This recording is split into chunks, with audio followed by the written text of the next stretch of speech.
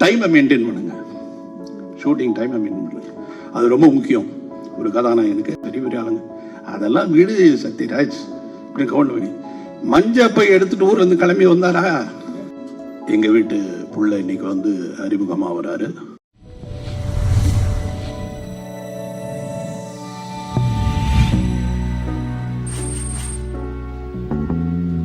வணக்கம்.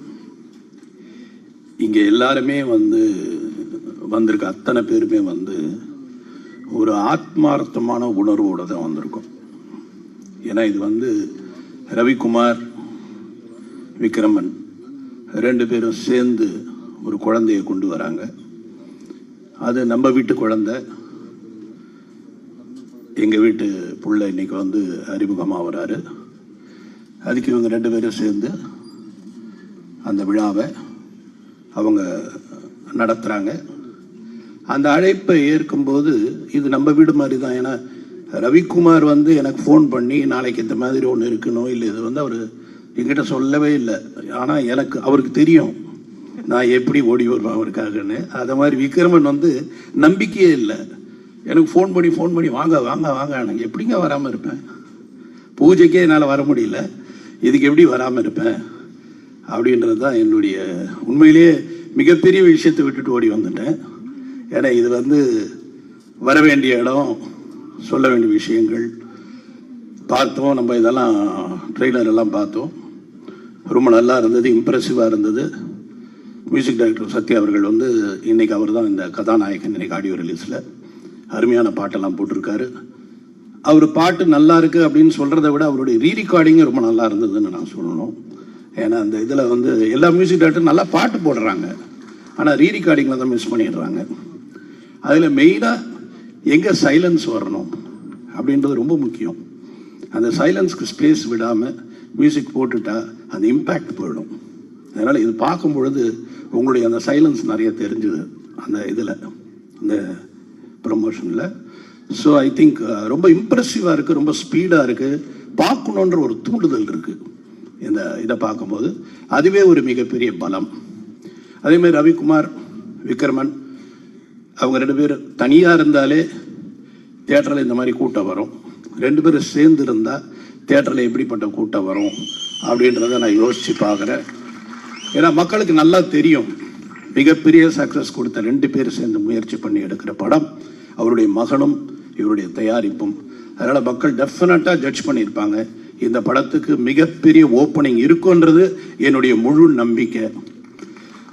அதில் எனக்கு எந்த விதமான சந்தேகமும் இல்லை. அப்புறம் எனக்கு ரொம்ப சந்தோஷமான விஷயம் என்னன்னா, ஆஸ் யூஷுவல் எல்லாரும் சொல்கிற மாதிரி சரத் அவர்கள், அவருடைய அந்த ஒரு ராசி, இப்போ எல்லாரும் சொல்ற அவர் நடித்தாலே அந்த படம் ஓடுன்ற அளவுக்கு அவரும் அதே மாதிரி தான். ஏன்னா அவர் திட்டணுன்னா நேராக தான் திட்டுவார், பின்னாடியெல்லாம் திட்ட மாட்டார்.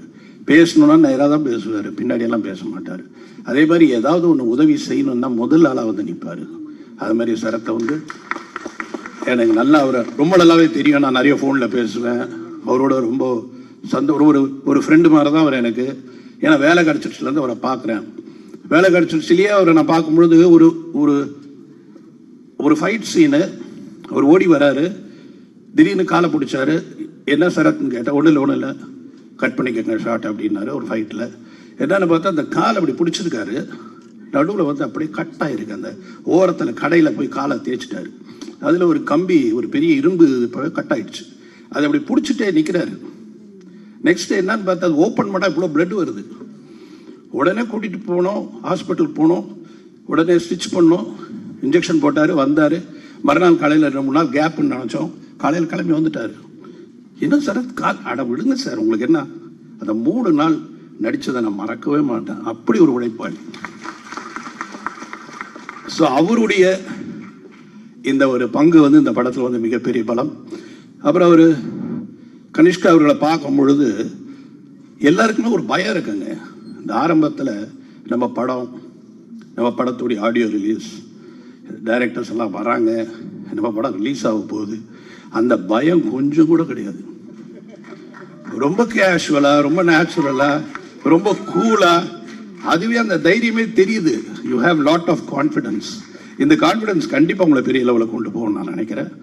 So you are blessed and உங்களுக்கு நான் சொல்ல வேண்டியது என்னென்னா, தயவுசெய்து உங்களுடைய கதைகளை கான்சென்ட்ரேட் பண்ணி பண்ணுங்க, கதை நல்லா கேளுங்க, டைமை மெயின்டைன் பண்ணுங்க, ஷூட்டிங் டைமை மெயின்டைன் பண்ணுங்க, அது ரொம்ப முக்கியம். ஒரு கதாநாயகனுக்கு ப்ரொடியூசரை மைண்டில் வச்சுக்கோங்க. அமிதாப் பச்சன் கிளாப்பு பெரிய ஓப்பனிங். அப்போ அந்த பூஜையை முடிச்சுட்டு சத்யராஜ் வந்து என்னுடைய படம் வால்டர் வெற்றிவேல் ஷூட்டிங்க்கு வரணும். இப்போ நாங்கள் ஒரு 11 o'clock வச்சோம். நானும் கவுண்டமணி சார் உட்காந்துருந்தோம். வந்தார் சார், சரியான பூஜை சார், சூப்பர் பூஜை, சாந்தி, அப்புறம் வந்து அமிதாப் பச்சன் எல்லாம் பயங்கர கூட்டம், பெரிய பெரிய ப்ரொடியூசர்ஸ், பெரிய பெரிய ஆளுங்க, அதெல்லாம் விடு சத்யராஜ் அப்படின்னு கவுண்டமணி மஞ்சப்பை எடுத்துட்டு ஊர்லேருந்து கிளம்பி வந்தாரா, அவங்க வரணும், அதுதான் டிஸ்ட்ரிபியூட்டர்ஸ், விலைக்கு படத்தை வாங்குற அவங்க வந்தாதான் அந்த பூஜை பெரிய பூஜை, இல்லைன்னா அது ஒரு பெரிய பூஜையே இல்லை. அது மாதிரி இன்னைக்கு இங்கே பேசும் பொழுது தெலுங்கு ரைட்ஸ், கோயம்புத்தூர், அதுக்கப்புறம் வியாபாரம் அப்படின்னு ரவிக்குமார் பேசும்போது ரொம்ப சந்தோஷமா இருந்தது. ஏன்னா அதுதான் முக்கியம். ஒரு நியூ ஃபேஸ், ஒரு ரெண்டு குட் டைரக்டர்ஸ், அவங்களுடைய கம்பெனி, அவங்களுடைய படம் வியாபாரத்தோடு ரிலீஸ் ஆகுது அப்படின்னும் பொழுது இன்னும் ரொம்ப சந்தோஷமா இருக்கு. நம்ம எல்லாரும் கண்டிப்பாக மிகப்பெரிய ஒரு வெற்றி விழாவில் கலந்துப்போம், பேசுவோம், மறுபடியும் அவரை வாழ்த்துவோம். நன்றி.